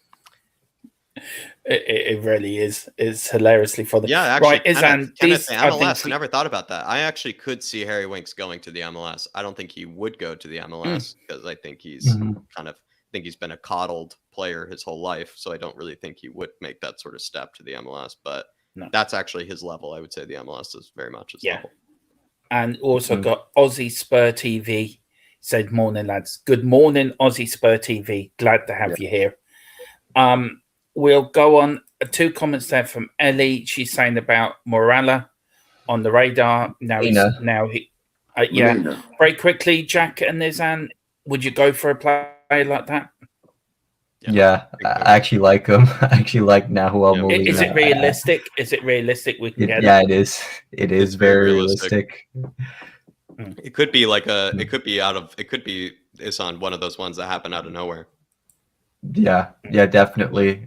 He probably doesn't have like anything crazy on his wage demands or even the transfer fees, probably not too much. So it could happen just like that. But yeah, he's a really underrated player, I must say. He has a tendency to, I saw your video. He scores a lot of bangers. Yeah, he's unbelievable finisher. Unbelievable. I didn't even see. I knew that he had a lot of goals, but I didn't really understand where those goals came from. And I guess they were all long shots. Scoring goals, insane. Like they just came from him scoring goals. It wasn't like tap in merchant or anything. Like he actually is more or less a striker in the right wing back sort of position. Like the guy is an exceptional hitter of the ball. He really hits the ball really well. Very quickly before we go on about, and he's friends with Romero. Some people told me I think he's friends with Romero, like they're good buddies, so that could be interesting. I heard that as well. Ellie said that, I think, in a comment as well. Quickly before we go on to the Eriksen, the Richarlison thing, Dead Spence, Jack, I'll start with you. What's your thoughts on that? Will we get that one over the line? I think this one is happening, to be honest. I think eventually it's just going to be figured out. If it doesn't, I wouldn't be too heartbroken. He's certainly not my first choice, third choice or anything, but I'm not going to really doubt the transfer either, because if Spurs are going after this guy, it shows that we actually do rate this guy more than maybe other people do. And Spurs are going to do their homework on the player more than I do. They're going to do their homework on the player more than anybody else really does, if they really want to go after a guy like Jed Spence. So it shows me confidence that maybe there's something in Jed Spence's game that a lot of us just aren't seeing, that they're seeing. And that gives me a bit of confidence. The other thing too is that he is really, really quick, and he is a really good dribbler as well. Some of the right wing backs like Wilfred Singo and whatnot, they kind of have that in common with Jed Spence. So maybe we are going after wing backs that are really good dribblers, really good at, kind of using their pace, their athleticism. And so we have to take that into consideration, that perhaps that's what like Conte wants, is like a, more of like a right wing back that can like take on his man and, be able to, blow past players more than like an Emerson who can't do that, we know. So I think that's what's interesting is perhaps like Jet Spence, like we're getting him because he's like a really good dribbler, really speedy. And Wilfred Singo kind of had all those sort of attributes as well, like really speedy, really good dribbler. So maybe that's what we're going after, that sort of player. Very quickly, big up to Bob Spur TV, big up Bob, big up Kevin Williams as well. Thank you for a lovely comment, Bob. And then I enjoyed your show. I watched a bit of your show last night, actually. And I was in stitches with the Yaz the Bit with Coover. I have to admit, it was the most funniest set of questions I've seen. Absolutely brilliant. I really found it funny. Big up Kev Williams as well. Big up to them. Mark, very quickly, myself and Jed Spence watched him quite a lot this season for Nottingham Forest. Thought he had an exceptional season. And I think he will be a good fit at Tottenham. I think it will be a good fit for us. And I think he'll fit in well under Conte. So I think it's well worth going for. Mark, now I've thought about it. Now, I was on Sean's show yesterday, and I said, you cannot tell me that Conte has got his list of players he wants, and you already seen what we've done on the other side, on the left, and we got Perisic. You can't tell me that he wants 19, 20, is he 20 or 21? 19, however old he is. You can't tell me that he is top of the list. And I've since thought about that, and I honestly think Jed Spence is the name that's thrown out, and there's another one that may be coming under the radar, that we haven't heard about. So a bit like a smokescreen. Yeah. Because you can't tell me Conte, he normally goes for your tried and trusted people. And this man had one breakout season in the Championship. And the two games he did play well in was both on telly over here because it was the FA Cup games against Arsenal and Leicester. But apparently, the rest of the Championship season, he had 4 assists and a goal. And that's in the champ. All right, he's coming into a better team and he'll create more, hopefully. But you can't tell me he's top of the list. There's no way he's top of the list. So, that's fair enough, Mark. I mean, I understand what you're saying. I mean, this is very divided. Some people, this transfer, is it good? Is it a smoke screen? Yeah, and that. So it's just have to wait and see. How Tichi the Don is cooking, as we all know. So he's cooking something special, and I can smell it. Right. Izhan, bigger here from very. What's your thought on Jed Spence first, very quickly, before we get you to answer Ellie's comment here? Yeah, really talented player. He had a dig against Warnock on Twitter. It's pretty funny, I guess. But yeah, like Jack said, he's a very rapid. He's a good dribbler. Can he make the jump from the Championship to the Premiership? I think because he's young, he has a lot of room to improve. So he most likely can.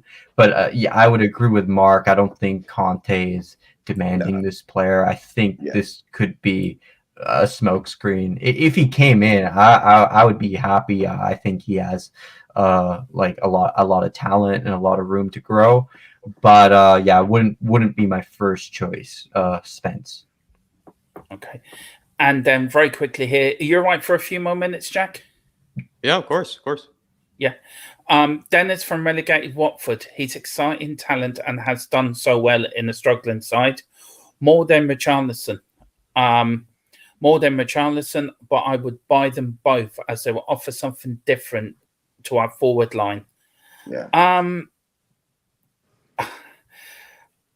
On Richarlison, I would in a heartbeat because I think he's Premier League proven. I think you know what you're getting. The way he plays up against the opposition. I mean, imagine doing that in the Spurs shirt against Arsenal or Chelsea.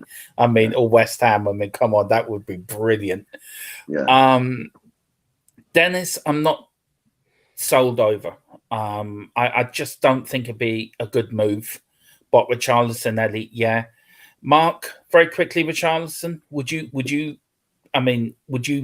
say what Ellie says, get Dennis and Richarlison, both of them, or would you just buy one of them?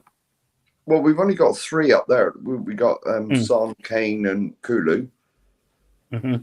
So you're gonna want at least 2 to come in, because you never know. Yeah. So the players can get the rest. Yeah, why not?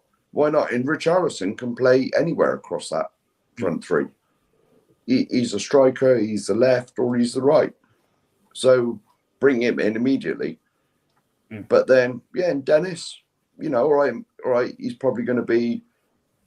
Well, it's up to them to sort out who trains the best, and who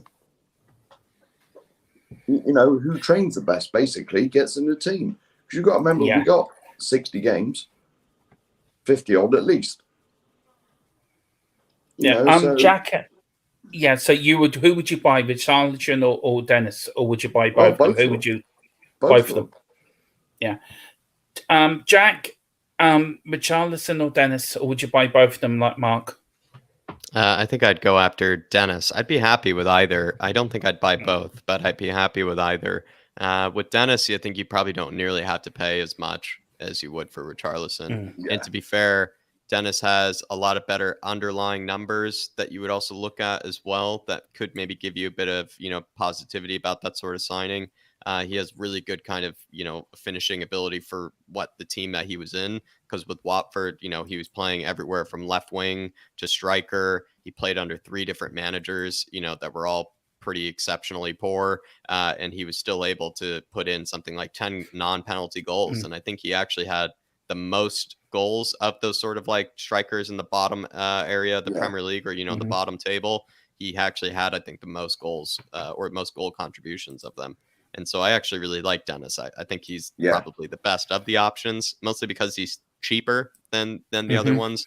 And because he actually has some better underlying numbers than the other ones. Like, I think he has like a better conversion rate when it comes to shooting and finishing his chances. He's a really good dribbler. He's probably the best of the dribblers, I think, of like Richarlison, Ivan Toney, all those guys. He's definitely the best ball carrier. He probably could play across the forward line like Richarlison can. Which I would say with Ivan Toney, I really like, but he can really only play as a number 9, which is fine. I think that's totally fine. But if you did want one that could play across the forward line, you wouldn't be able to do that with Toney. You could pull that off with Dennis, though. I really like Emmanuel Dennis, I'll be honest. I think he's actually kind of perfect, if I'm going to be honest. He does that as well, does he? He plays right across the 3 as well, like Dennis. I think he played left wing and striker. He went back and forth between the 2 quite often. I think, with Watford, because whatever formation they went for, he was making it into that team. But some days he would play striker, some days he would play left wing. Good. We've got Kev Williams saying Ivan Toney, which you mentioned as well, Jack, is a good player. Test the water and pull him in along with Richarlison. Izhan. We're after Richarlison. Everton want 50 million for him. Real Madrid and PSG are also tracking him. Do you think it's a case of would you say, right, okay, we'll go for a Dennis or we'll go for a Toney, or would you think, right, we should go and get Richarlison? I mean, what would you do? Who would you be happy with?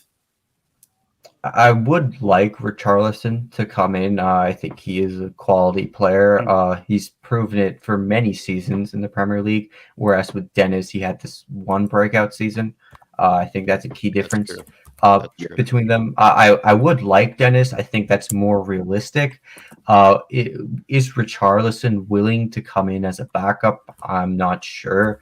If PSG and Real Madrid are in for him, then he'd most likely prefer to go there. With Real Madrid, I don't think they're really in for him. PSG is something I could see. They have a tendency to make transfers like that. But yeah, I think with Richarlison, I would like him to come in, but the price and whatnot could be a bit of an issue. So Emmanuel Dennis could be perfect for us, especially because he's so versatile. And as Ellie says, Dennis to dribble, Richarlison to cribble. And I think that's a great way of putting it on there. What about Rafinha? What about Rafinha? The Leeds man. Is that his name? I think he can only play as a right winger. I think he can only... Yeah, because he's been mentioned. Yeah, but I don't know if he exactly. I don't know if he answers the backup striker sort of No. role. So that's the big problem. Yeah. So we sort of all agreed on Richarlison, but we wouldn't say no to Dennis. I think for what we're getting, for what we're understanding. So I think that's a great thing. Jack, very quickly, just to you very quickly, could you see a Real Madrid or PSG buying Richarlison, or do you think that's more just paper talk and more just to get Tottenham over the line to buy the player for that amount of money? No, I could see that happening. They would probably throw in the bid that maybe Everton probably want for the guy.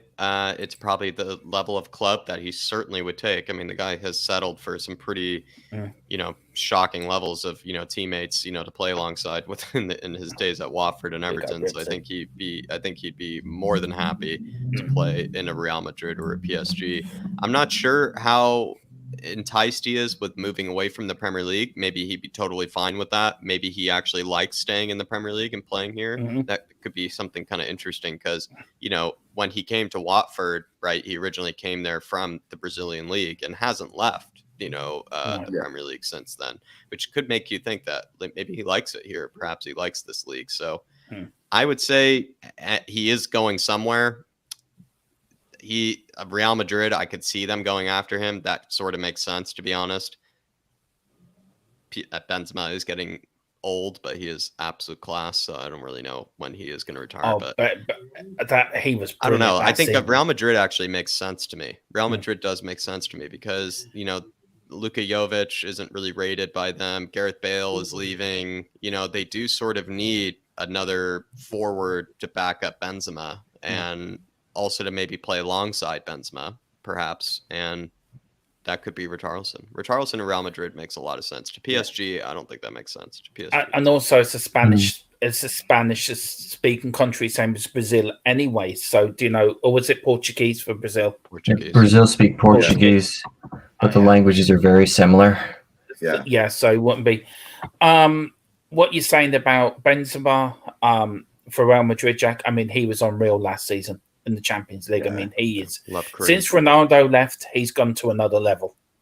So it shows if Ronaldo never went to Real Madrid, what we would have seen from him, because last season he was immense.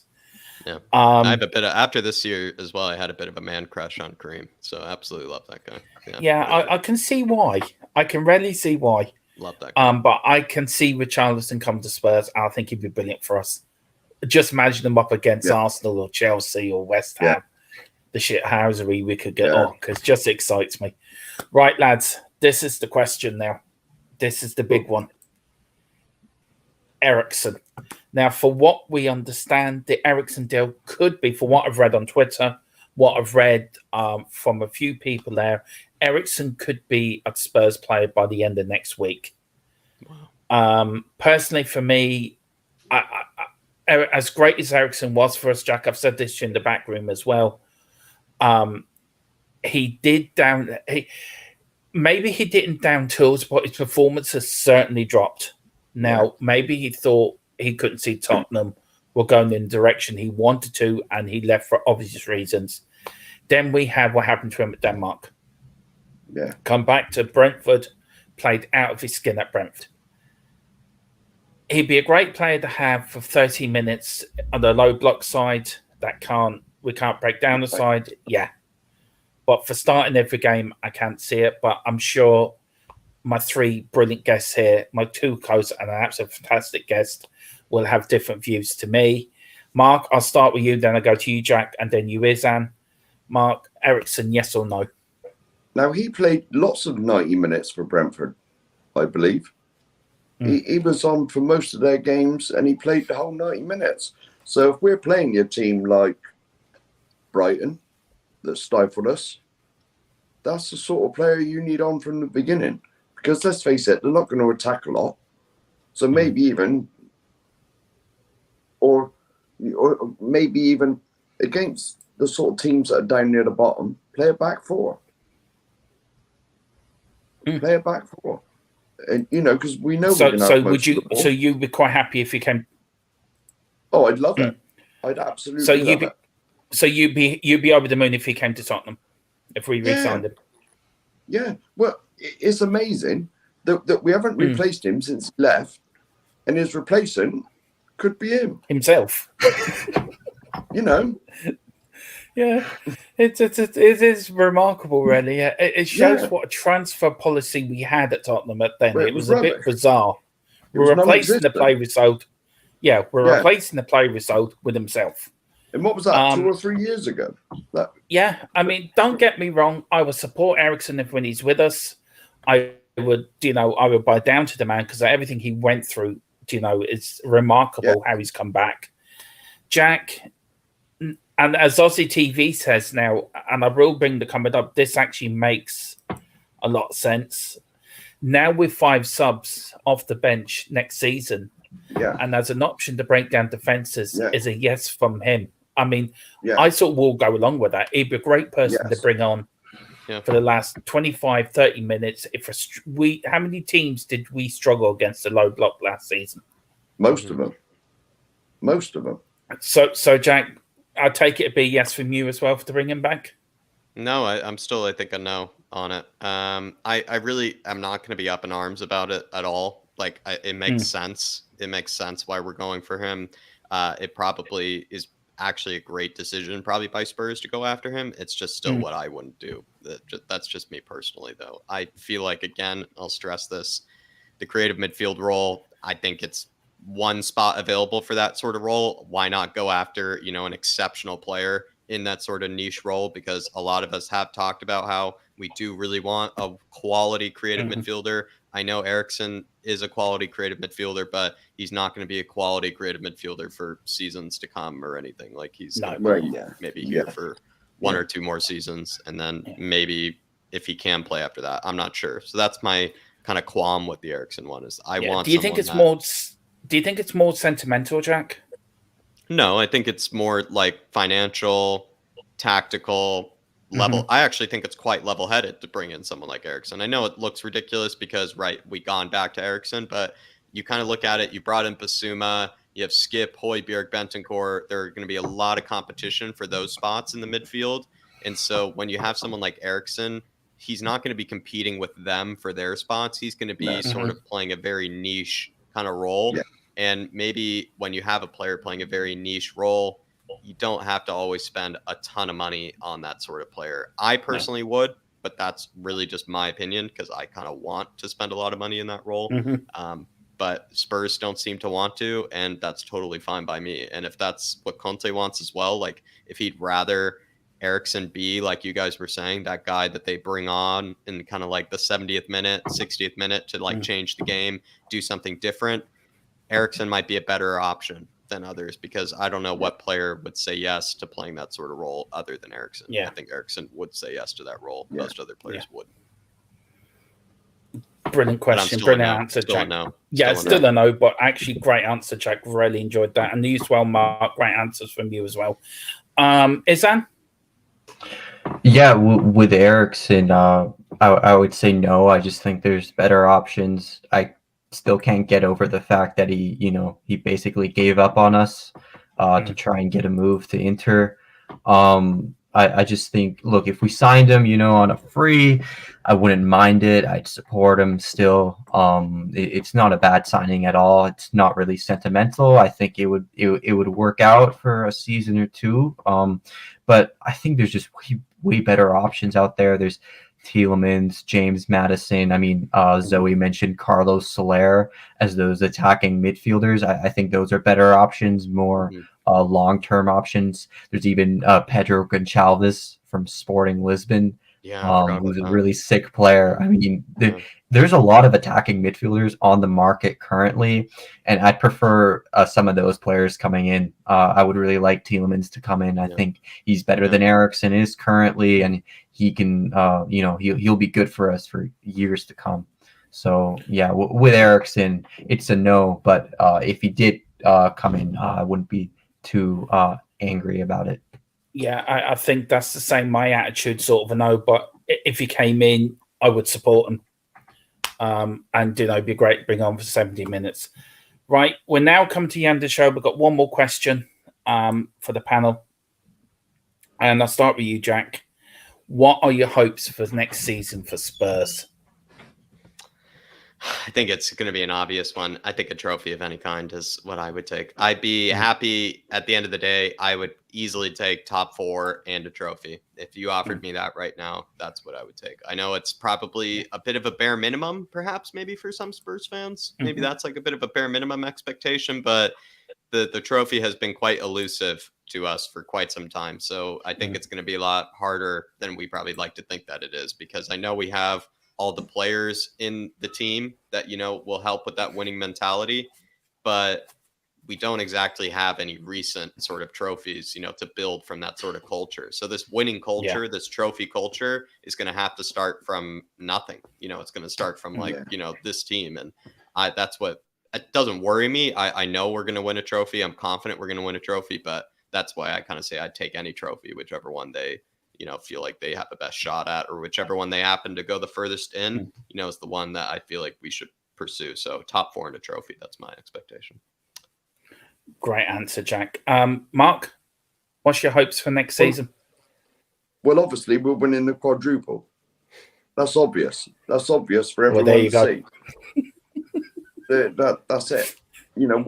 I swear it's something down the water in your neck of the woods, Mark, because you and Coover say the same thing. I swear it's something in the water down your neck of the woods. It is. It's the water supply. It's got a vodka. It's the water supply. So you go for the quadruple. Brilliant answer. I'm just going to leave it as that. Brilliant. And Izhan, what's your hopes for next season? Yeah, look, there has been talks of if we spend big money, we can contend. I don't think that we're going to be really contending for the title. I don't think we have a realistic chance of going for the Premier League, but I think top 4 should be a bare minimum, and I would like to see an FA Cup or a Carabao Cup. If we get eliminated from the Champions League early, a Europa League, I wouldn't mind that at all. I mean, at this point, I'd take a Conference League trophy. But I think the FA Cup and Carabao Cup, those are some trophies we would go for. Either one of those, I'm good with. And I think this season we should be looking to push for Chelsea's position, that 3rd place spot. I think that's a realistic goal. And then maybe the season after that, if Conte stays and things go right, we have another big window. Maybe then we could possibly contend. Maybe 2 or 3 seasons down the line, but top 3 or 4, and a trophy, Carabao Cup or FA Cup, I'd be really satisfied with. Yeah, and I think that's the same for me as well. I think next season, top 3 and a trophy, and then the season following that, then we'll go for the league. But I think next season we need to win the trophy to get it going, get top 3, and let's get back to what we haven't won a trophy now for 22 years. Let's get a Carabao Cup and an FA Cup, a cup double. I'd be happy with next season, and 3rd in the league. So that's for me. Listen, we'll come to the end of the stream. Thank you to everyone who's joined us tonight. Thank you everyone in the comments. I have to say personally, thank you for everyone with the kind words and support and messages and everything. It really do appreciate it. Jack, I will put the Irish Hotspur link now on. I will put it into the chat, but I put it here. What you got coming up on the Irish Hotspur and your other channel, Flat Cap Eurotalk. So what you got coming up on both? Fan show tomorrow. So Dermot, we want to see you there. Izhan, if you're able to make it, we want to see you there too. Mark as well, if you guys are. Yeah, I think I can make it tomorrow. Love to have everybody for the fan show, because we're going to be probably having more or less a similar conversation, guys. So if you feel like you didn't get, enough of a say here, maybe, continue it on to next day, part 2, and then the part 3 happens on Tottenham Tantrum. So, big transfer discussion. So yeah, we'll have the fan show tomorrow on Irish Hotspur. Dave's doing a great job, kind of running the show while I'm kind of running things on Flat Cap. So everybody do big up David. I think he did a kind of a news sort of headline stream by himself yesterday, and he's turning up the heat. So he's turning into a prodigy workaholic, which is nice to see. And then for Flat Cap, I'm kind of working on editing Dave and I's Premier League predictions from last season. I know the Premier League prediction reaction videos and stuff came out weeks ago, but for me, it just kind of was a fun project to do. I don't normally go back and edit videos a ton, so this is just kind of something for practice, and I'm having a lot of fun doing it. And I think there are a lot of really good sort of moments in there. One of them is that I even predicted Dean Smith to get sacked, yet I still predicted them to finish 9th in the table, which makes absolute no sense, I would say. Spot on prediction, but then the actual placement of Aston Villa makes no sense with what I actually said. So things like that, pretty funny. Right. Well, there, the link's now just in the chat there for everyone. Please pick on that link. For Dave Howard, the Irish Hotspur, they are the mothership to this channel. They really are the mothership to here. I sprang from there. So please, everyone, get over there, hit the subscribe button, hit the like button, and then when you're there, go over to Flat Cap Eurotalk, do the same over there as well. Let's keep them going because they do brilliant content, and Dave's show was brilliant last night. Mark, Izhan, we'll be back again next Sunday at 8 o'clock. Yeah. Where we're doing the part 2 to Izhan's transfer. As I would call it, Izhan is like the Paratici apprentice. He's like the Obi-Wan's sort of Padawan, as he takes us through the plays that Tottenham should be going for. Yeah. We may be doing the three of us. We may even drag Dave over. David over, so who knows? But we will be having there. This week, I'll be starting my FIFA 22 management off on my Xbox, so I'll be doing that live on YouTube. And then I also will be doing a Formula One management on my other channel, Grand Prix Gold, when FIFA 22, F1 22 comes out. So I'll be doing the career mode on the Formula One as well. Thank you for everyone in the comments. Thank you to Aussie TV, Ribsy, Anthony, Ellie, Ray McFarland, everyone that's commented tonight. Really enjoyed it. Thank you again, Mark. Thank you again, Izhan, for the hard work. Jack, thank you for coming over. It's been a pleasure having you here. Yeah. And we're back, and we're not going anywhere. Love it. So we're back, and we're staying. So, right, it shows how out of sync I am with doing this. Usually I'll be doing everything. Hang on. And making them. Oh, very quickly, lads. Sorry, before we go. Just wanted to get your quick thoughts on that.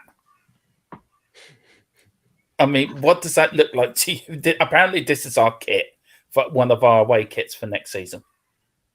Is it a wetsuit? Yeah, that's what I thought at first. Yeah.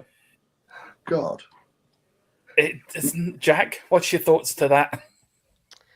I feel like it would actually consider this right here. Let's say they'd taken out the yellow neon right there.